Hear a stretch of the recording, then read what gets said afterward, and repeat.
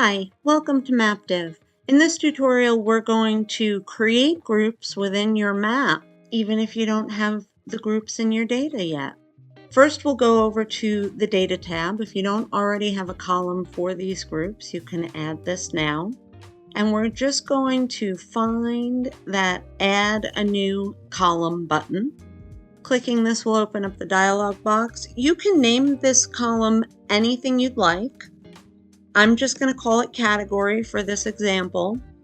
Default value, you would only fill this in if you want the entire column to be filled with the same information. This could come in handy if you had to add a country column and everything was in Canada or everything was in Australia or the United States, where it's just going to be one piece of data for every single line. But in this case, that's not what we're doing. Hit save. This is going to show as the very last column. Add it. It will come in before the BG accuracy, which is something that gets added automatically. Now we're going to go to the map because we can't very well make that decision on changing these pieces of data without knowing which one we're changing. So first I want you to group. And the reason I want you to use this grouping tool now is so as you make the changes, because the markers will change color automatically, we're going to be able to see them basically live changing. So now there's a few ways to get to your data. You can use the split screen if this is your preference. Or you can click on the marker and use the marker pop-out. Now all we would need to do is go to Settings and Customization, click Edit Data.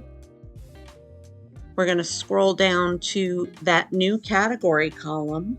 And remember, this is whatever you need it to be. If it's places you visited, then you can just enter visited. If you want it to be, say, purple, put purple. Whatever information you want to use as the category to categorize these markers. Now, once I've added visited in this case, that marker changes color and then all the others go to the no category because they don't have a category yet. You do have the ability to change multiples as well. You can use the lasso tool here on the right-hand side. Simply lasso those locations that you need to change and then click Edit Data as a group batch. Again, we're going to scroll down to the bottom. This is every column header in this data without any information because we're doing multiples.